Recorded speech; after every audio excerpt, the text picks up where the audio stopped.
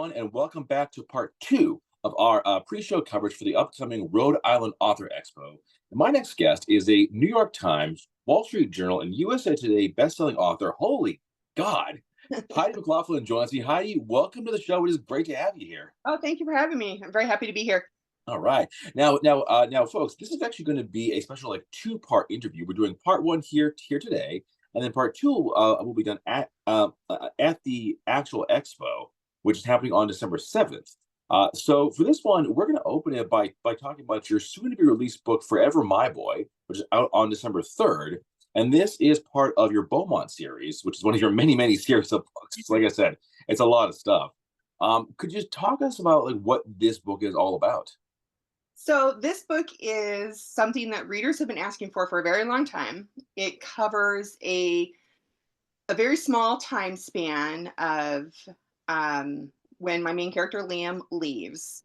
So in Forever My Girl, it's a like it's all second chance, and he comes back after his best friend dies, and he finds out he has a child. It's not a secret. It's not like a plot twist or anything. He just finds out he has a child, and it was from that point on. But it's some of the stories told in flashbacks, which happens, and um, for years, readers have been like, we want Josie's point of view. We want to know what happened. And so I was finally like, you know what? I wrote it over the spring, and it's not like it was like a hard write. Like the content's there. Like the content's not going anywhere.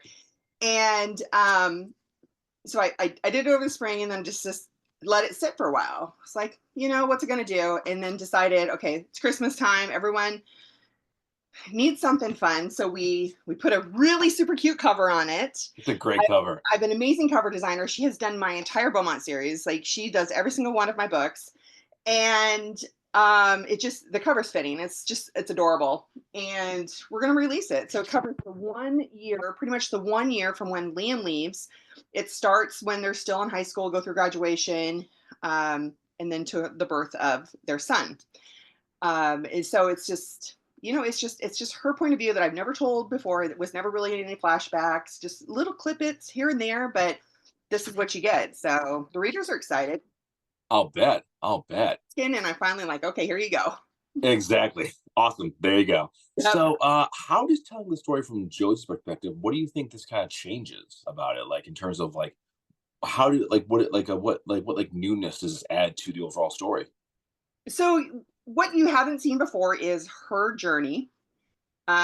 You saw we in Forever My Girl, you see some of it in flashbacks, but not a lot. Most of Forever My Girl flashbacks are just very brief moments of their relationship. But now you see her going through a pregnancy. You see her coming to terms with the fact that he's gone, he's not coming back. And you see her like finding out. Um, there's in other stories. I have one called Forever Mason. So it's Mason's point of view from everything from high school till his death. And in that, you see them finding out that Liam is this person, this musician, because there's flyers, back in, so I wrote this in 2012. So, we're like 10 years prior. So, late 90s, everyone like was handing out flyers on campuses, radio stations were big on campuses and that sort of thing. So I really played on that when I wrote the story. And so now in Josie's story, you find out, she sees the flyer and he's this musician and he's doing these things and he's on the campus radio. And, so you get her emotions of here I'm about to be a single mom. I can't get a hold of this guy. Like we were high school sweethearts. We had these dreams. And so you go through all of her emotions on everything that she's facing. She has to tell her parents who, you know, were okay on Liam, but his family did not like her. So she has to tell them, like, I really need to see him. They find out she's pregnant. Like, it's a mess. And when you're 18, it's a mess. Like, your life it's a mess, right? Not only are you a teenager still trying to be an adult, but so in Forever My Boy, you just get her feelings and everything that she is feeling. And as she's giving birth to this child that she, contemplates giving up for adoption. Like, can she do this? Can she, she not do this? But she has such a strong support team with Mason and Caitlin at the time that she just, she's going to have this kid and she's going to live her life. And, that's what we get. And then it's tailored so much that it goes right into Forever My Girl. So Same thing with the other prequel, Forever Mason goes right into Forever My Girl. Everything ties back to leading to that first chapter of Forever My Girl, and it just works out. I'll bet. I'll bet. Did you have to go back over the first book when you were writing this one to remember, okay, how exactly does everything go together? I have a very amazing reader. Her name is Trudy. She lives in Oregon.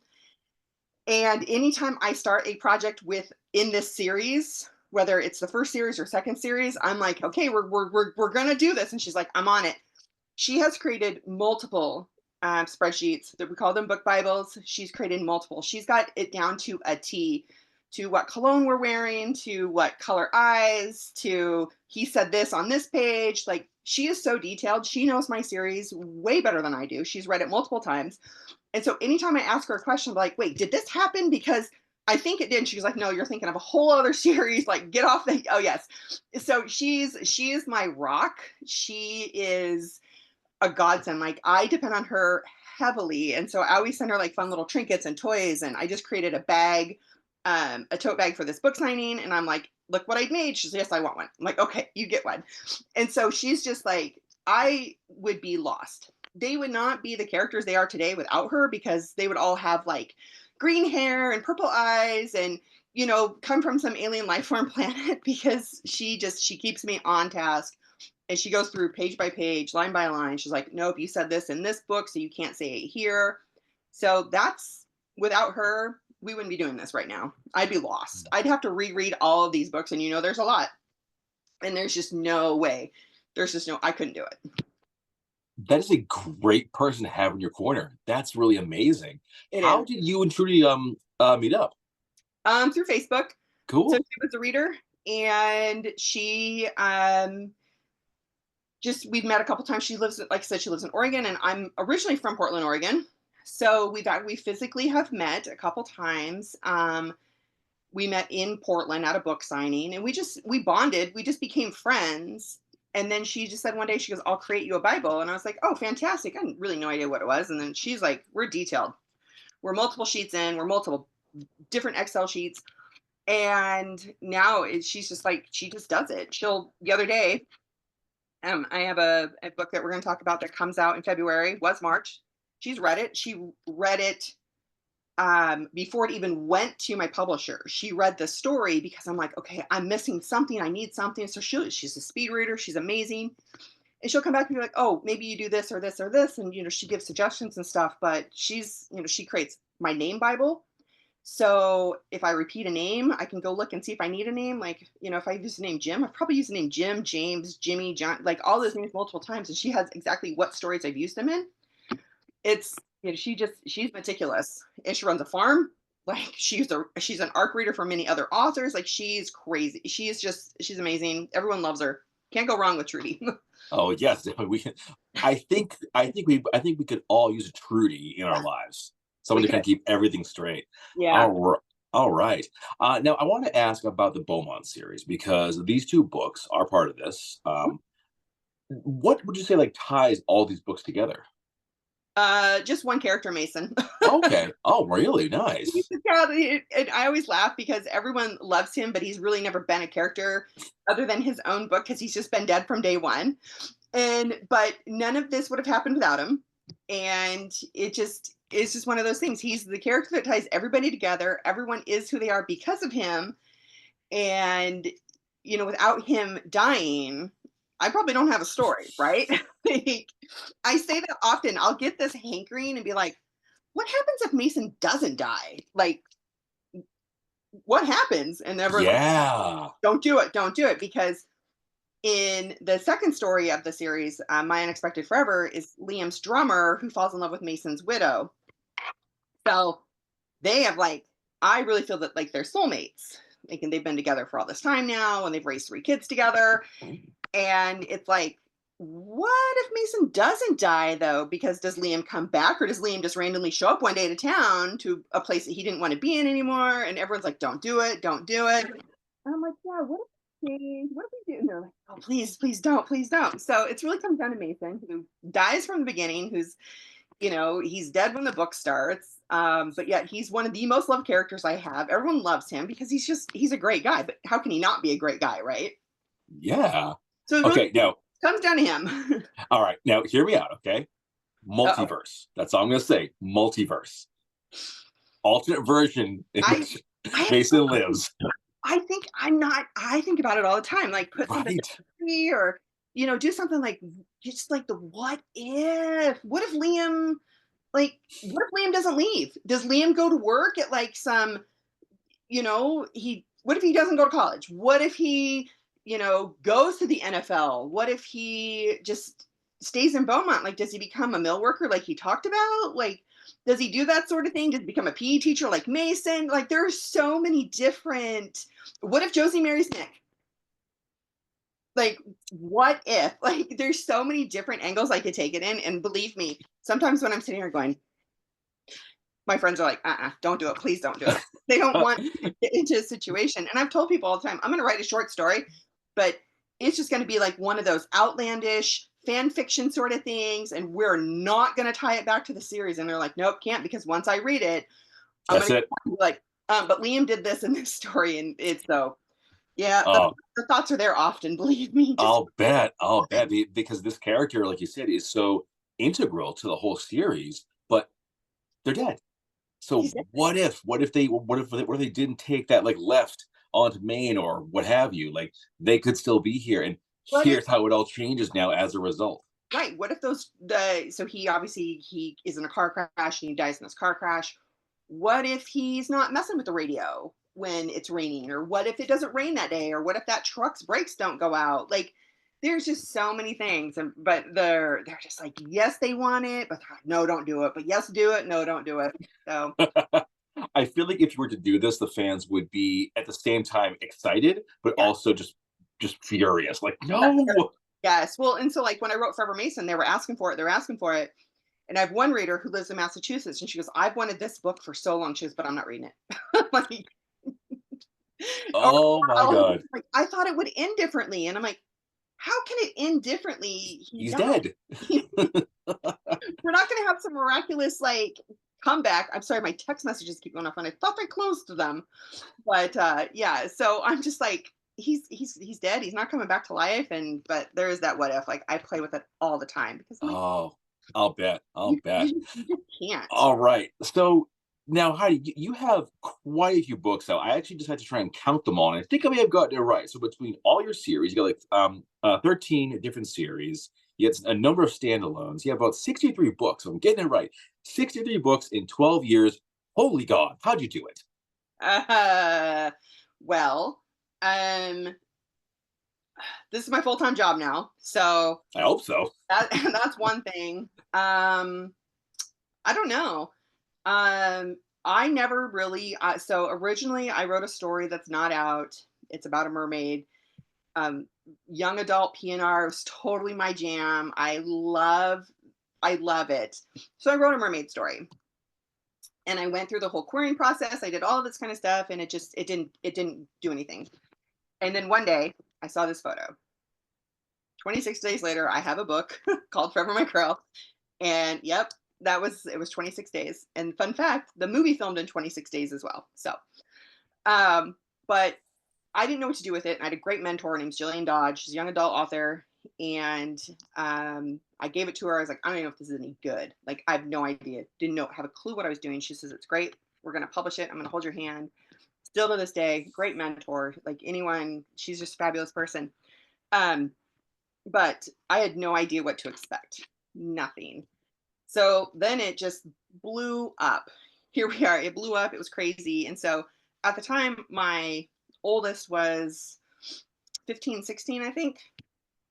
And during the summer or during the spring to summer, I would take my little laptop. It was one of those really tall, or not tall, but really tiny ones, right? That were like this big, really tiny. And I would take those to her basketball games because she played travel basketball. And I would write when she wasn't in the game.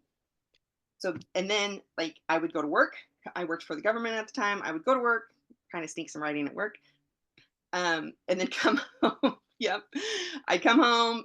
We'd have dinner, and then I would start writing. Our tiny little house, like any corner I could find. My husband was super supportive about the whole thing, And then it was just like it just keep blowing, it just went and it just kept blowing up and kept blowing up. And um it's where we ended up. And then in 2016, my daughter was in college. My oldest was in college. She went on full scholarship for basketball. Her first 2 years, I had to pay for it, and then she got full scholarship. Finished out the rest of her years, and my husband was like, "You can quit your job." So I quit my job and started writing full time. So which allowed me to write more books, obviously, and do more publishing contracts because they have a better deadline. So that's when I wrote my baseball series. And then in that time span, I started writing for Montlake, which is a publishing arm of Amazon's publishing company. Obviously, Amazon's got two different sides, or well, multiple publishing sides, but they have a traditional side. And then it was just like, now sometimes it takes me anywhere from, again, 26 days to write a book to sometimes 6 months. It just depends. But my writing process has definitely changed. I used to just be a pantser. And then when I quit my job, now I do outlines and bullet points and all this stuff. And I treat them like writing assignments. So on a great day, I write anywhere from 8 to 10,000 words. Yeah. On a bad day, I write 2,000. So it's always 2,000 words. But on a good day, when I'm no distractions or anything, nothing's really going on, and I'm just sitting here writing with my dogs, it's anywhere from 8 to 10,000 words. So technically, it doesn't really take a long time to write that book. But I also work on multiple books at the same time. So I am just wow, I'm just gobsmacked at this. This is really amazing. I mean, you are just like a machine at this, and writing multiple books at the same time. Is it tough to keep everything straight? Like, oh wait, in this book this happens, and in that book that happens. I do take pretty decent notes, and I do have an alpha. She lives in London, so she works on, she'll like read through. Um, and it's not both days that I'll do both books, unless it's like during the day I'll work on like a full length novel, and then at night we have a sprinting group that we sprint. I'll do like a novella or something off the side that's really not of urgency, unless I'm behind on a deadline. Then it's like all day, same book. So for the most part, I'll start two books at the same time. And then if one has a bigger deadline, and if it's getting close, then I just shift everything to that book, and that's how I'll work. But they're never, most of my books are second chance romance. So there's really not, you can't really mix up a whole lot of the details, and with meticulous notes, like here's, I have like, I'll like put their photos on my computer, and these are my characters for this book and this, but so it's just different notes. Open up a different file and work on that file and go back to the other one, and do that sort of thing. So it's all right. Some Yeah, it's good. Yeah, it's okay. all It's right. okay. All right. Well, we are coming down to the end of this conversation, but of course, we have to talk about the upcoming Rhode Island Author Expo. You'll be there. I So will. will about 100 something other writers, basically every genre that you can think of. I'm curious as to what your process is for just getting through these events, because you're going to be there for a while. How do you connect with the fans? Well, first of all, this is a small signing. Yep. This is a small signing. I was just in Texas in June, where we had 3,000 people come through the door, and there was probably 300 authors, and we signed for 2 straight days. So this is kind of a Oh, small signing. geez. Tonight I'm going to Andover. We have 6 of us, intimate signing. We'll have a little cocktail session, and we're only signing for 3 hours. So it depends. But with this Rhode Island one, it's fabulous. The people are great. I have not met anyone that's not, like, everyone has just been super welcoming, and just, they do look at me a little like strange because I have a movie, and I'm just like, sorry, like, and I have a neon sign. My name's Neon because, hey, yes, I know. But it's, my take on every signing is I'm standing up at my table, I'm meeting everybody, even if we're not going to be book buddies. I still want to meet you. I still want to be like, hey, this is what I write. What do you read? Because you may read something that I read, because I love romantic suspense. Like, that's my jam. Like, I will listen to romantic suspense until the cows come home. Like, I'm deep into JD Robb's series, aka Nora Roberts. Um, but I don't read a lot of contemporary, even though that's what I write. Like, I don't like to stay in that realm, so I move on to romantic suspense because it's like a palate cleanser. So even though you may not want to read me, I may want to know what you're reading so we can compare books. So it's just, it's a time to meet people, and it's time to meet people from Rhode Island or the friends that I have, my readers coming. It's good for them. They're going to come see me, but it's good for them to go meet other people as well. So the more people that come in, it's good for it's beneficial for everybody. I'll bet. I'll bet. Wow. Two days and 300 writers. I mean, this event for me is like a big, big deal just because of the number of folks that are there. But to hear that, oh, well, this isn't that big, it's like, oh, okay, then I like this perspective. It is. It is, and this one's free. And Yeah. I will say, as an author, I very rarely do free events, Mm, because there's no stake in it for the reader coming. They're like, "Oh, it's free. I didn't lose any money." The one that I was referring to in June, tickets were $300 a piece, wow, that's a lot. sold out in seconds.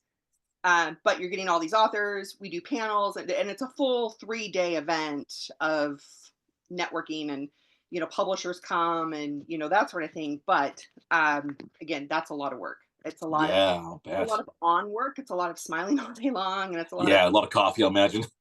a lot of coffee, and just a lot of stuff. But Yeah.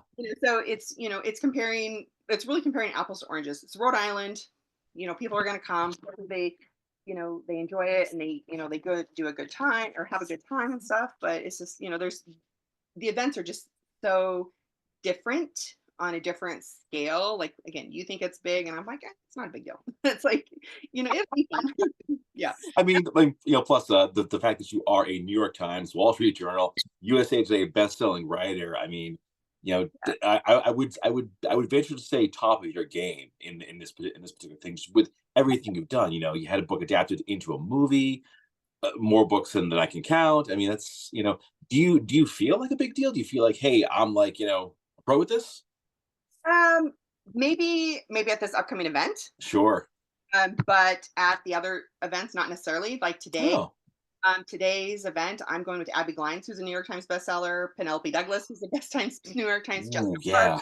Like, so we're just us then. Like, we've all I was like one of the first ones in our like peer group Hmm.